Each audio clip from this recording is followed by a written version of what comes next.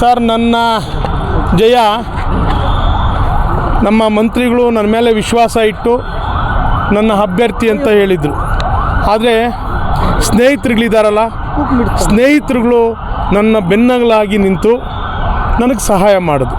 ಹಾಗಾಗಿ ನನ್ನ ಗೆಲುವು 24 ಮತಗಳ ಅಂತರದಿಂದ ಸ್ನೇಹಿತರು ಎಲ್ಲ ನನ್ನ ಹಿತೈಷಿಗಳು ಮತ್ತು ಮತದಾರರ ಪ್ರಭುಗಳು ನನ್ನ ಕೆಲಸ ನೋಡಿ ನಾನು ಮೊದಲೇ ಹೇಳಿದ್ದೆ, ನನಗೆ 6 ವರ್ಷದಿಂದ ಕೆಲಸ ಮಾಡಿದ್ದೀನಿ, ನನಗೆ ಕೂಲಿ ಕೊಡ್ತಾರೆ ಅಂತ.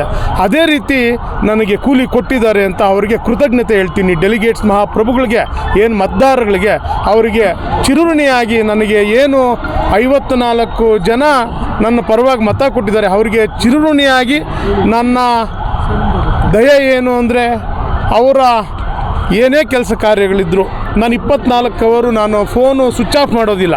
ಅವ್ರು 24 ಗಂಟೆನೂ ಅವರ ಕೆಲಸಕ್ಕೆ ನಿರಂತರವಾಗಿ ಕೆಲಸ ಮಾಡ್ತೀನಿ ಅಂತ ಹೇಳಿ ನಾನು ತಮ್ಮಲ್ಲಿ ಕೇಳ್ಕೊಳ್ಳೋದಿಷ್ಟು. ಸರ್, ನನಗೆ ಗೊತ್ತಿತ್ತು 60 ಓಟು ರೀಚ್ ಆಗ್ತೀನಿ ಅಂತ ಕೂಡ ಗೊತ್ತಿತ್ತು. ನನಗೆ ಬಚ್ಚೇಗೌಡರು ಹುಷಾರಿಲ್ಲ ಅಂದರು. ಒಂದು ದಿನ ನನ್ನ ಬಳಿ ಕ್ಯಾನ್ವಾಸ್ ಬಂದರು, ನನ್ನ ಜೊತೆಯಲ್ಲಿ ಮನೆಯಲ್ಲಿ ನಿರಂತರವಾಗಿ ಫೋನ್ಗಳು ಮಾಡಿಕೊಂಡು ನನ್ನ ಪರವಾಗಿ ಮತ ಕೇಳಿದ್ದಾರೆ. ಹಾಗಾಗಿ ನನ್ನ ಸ್ನೇಹಿತರಾದಂಥ ನುಗ್ತಳ್ಳಿ ರವಿಯವರು ನನಗೆ 10 ದಿನಗಳ ಕಾಲ ನನಗೆ ಜೊತೆಯಲ್ಲಿದ್ದು ಎಲ್ಲ ರೀತಿ ಸಹಾಯ ಮಾಡಿ ನನಗೆ ಗೆಲುವಿಗೆ ಸಹಕಾರ ಕೊಟ್ಟಿದ್ದಾರೆ. ಅದೇ ರೀತಿ ಚಿಕ್ಕಬಳ್ಳಾಪುರದಲ್ಲಿ ಎಲ್ಲ ಪಕ್ಷದ ಮುಖಂಡರುಗಳು ಕೂಡ ವೆಂಕಟೇಶ್ ಕೆಲಸಗಾರ, ಆತನಿಗೆ ಓಟ್ ಹಾಕಿಸ್ಬೇಕು, ಓಟ್ ಕೊಡಿಸ್ಬೇಕು, ಓಟು ಹಾಕಿ ನನ್ನನ್ನು ನನ್ನ ಹಿತೈಷಿ ನನ್ನ ಸ್ನೇಹಿತರುಗಳು ಬಹಳ ಜನ ಸ್ನೇಹಿತರುಗಳಿದ್ದಾರೆ, ಅವರೆಲ್ಲರಿಗೂ ನಾನು ನಿಮ್ಮ ಮೂಲಕ ಕೃತಜ್ಞತೆಗಳು ಹೇಳ್ತೀನಿ. ಬಿಳಿ ಕೂದಲವರೆಲ್ಲ ಒಂದಾಗಿದ್ದರು. ಈಗ ಯಳವಳ್ಳಿ ರಮೇಶ್ ಅವರು ಕಾಂಗ್ರೆಸ್ ಪಕ್ಷದ ಅಭ್ಯರ್ಥಿ ಅಲ್ಲ ಅಂತ ಕಾಂಗ್ರೆಸ್ ಪಕ್ಷ ಮತ್ತು ಎಲ್ಲರೂ ಕೂಡ ರಮೇಶ್ ಅವರಿಗೆ ವಯಸ್ಸಾಗಿದೆ, ಅವ್ರ ಕೈಲಿ ಇದು ನಿಭಾಯಿಸೋಕ್ಕಾಗೋದಿಲ್ಲ ಅಂತ ರಿಜೆಕ್ಟ್ ಮಾಡಿದ್ದಾರೆ. ಬಹಳಷ್ಟು ಜನ ಏನೇ ಅದನ್ನು ಮಾತಾಡೋದು ಬೇಡ, ಬಹಳಷ್ಟು ಜನ ಏನೇನು ಬೇಕೋ ನನ್ನ ಮೇಲೆ ಅಪಪ್ರಚಾರ ಮಾಡಿದ್ರು. ಆದರೆ ಮತದಾರರುಗಳು ತೀರ್ಪು ಕೊಟ್ಟಿದ್ದಾರಲ್ಲ, ಯಾರು ನಂದು ತಪ್ಪ ಅವ್ರ ತಪ್ಪ? ರಮೇಶ್ ಅಣ್ಣವರ ದುಡ್ಡಿಗೋಸ್ಕರ ಯಾರು ಬೇಕಾದರೂ ಸೇರಿಕೊಂಡು ಯಾರೋ ಇಂದ್ರ ಚಂದ್ರ ಅಂತ ಹೊಗಳ್ತಾರೆ. ಒಂದು ಪಕ್ಷದಲ್ಲಿ ಬೆಳಗ್ಗೆ ಒಂದು ಪಕ್ಷ, ಸಾಯಂಕಾಲ ಒಂದು ಪಕ್ಷಕ್ಕೆ ಹೋಗಿ ಹೊಗಳೋರು ನೀವು ನೋಡಿದ್ದೀರ ಮಾಧ್ಯಮಗಳವರು.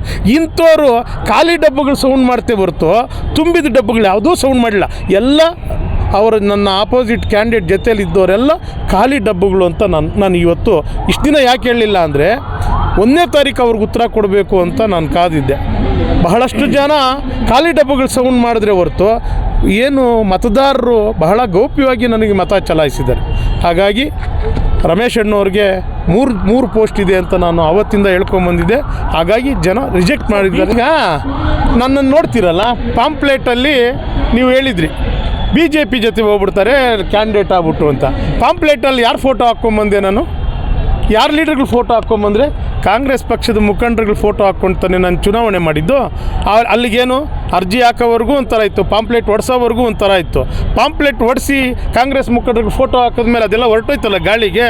ಅಪಪ್ರಚಾರಕ್ಕೆ ಯಾವತ್ತೂ ಸಿಗೋದಿಲ್ಲ ಮಾನ್ಯತೆ. Originality, duplicate. ಅವ್ರ ಬಗ್ಗೆ ನಾನು ಏನು ಹೇಳೋದು ಬೇಕಾಗಿಲ್ಲ. ಏಕೆಂದರೆ 2.5 ವರ್ಷದ ಹಿಂದೆಗಡೆ ಒಂದು ದಾರಿ ಗೊತ್ತಿಲ್ಲ, ಒಂದು ರಸ್ತೆ ಗೊತ್ತಿಲ್ಲ, ಒಂದು ಊರು ಗೊತ್ತಿರಲಿಲ್ಲ. ಇಲ್ಲಿ ಮುಂದೆ ನಿಂತಿದ್ದೀವಲ್ಲ, ಒಂದು 20 ಜನನೇ ಏನೇನೋ ನಮ್ಮ ಹೆಸರುಗಳು ಕರಿತಿದ್ರು. 20 ಜನನೇ ಮಂತ್ರಿಗಳು, ಈಗೇನು ಮಂತ್ರಿಗಳಾಗಿದ್ದಾರೆ MC ಸುಧಾಕರ್ ಸಾಹೇಬರು, ಅವ್ರ ಬಳಿ ಹೋಗಿ ಪ್ರದೀಪ್ ಅವ್ರಿಗೆ ಟಿಕೆಟ್ ಕೊಡಿಸ್ಬೇಕು ಅಂತ ಟಿಕೆಟ್ ಕೊಡಿಸು, ಮಿನಿಸ್ಟ್ರಿಗೆ ಹೇಳಿ ಮಿನಿಸ್ಟ್ರ್ ಸಹಕಾರದಿಂದ ಅವ್ರಿಗೆ ಟಿಕೆಟ್ ಕೊಡಿಸಿದ್ದು. ಆದರೆ ಯಾವ ಊರು ಯಾವ ದಾರಿ ಗೊತ್ತಿರಲಿಲ್ಲ ಆತನಿಗೆ. ಎಲ್ಲ ದಾರಿ ಕರ್ಕೊಂಡೋಗಿ ಓಟ್ ಕೇಳಿ ಕೈ ಕಾಲು ಹಿಡಿದು ಏನು ತನು ಮನ ಧನ ಏನೇನೋ ಹೇಳ್ತಾರಲ್ಲ, ಯಾವುದೂ ಕೊಡದೆ ಎಲ್ಲ ಒಳ್ಳೆ ಹುಡುಗ, ಸುಸಮುತ ಹುಡುಗ ಅಂತ ಹೇಳ್ಬಿಟ್ಟು ಹೇಳಿದ್ವಿ. ಹಾಗಾಗಿ ಜನ ಓಟ್ ಕೇಳಿದ್ದಾರೆ.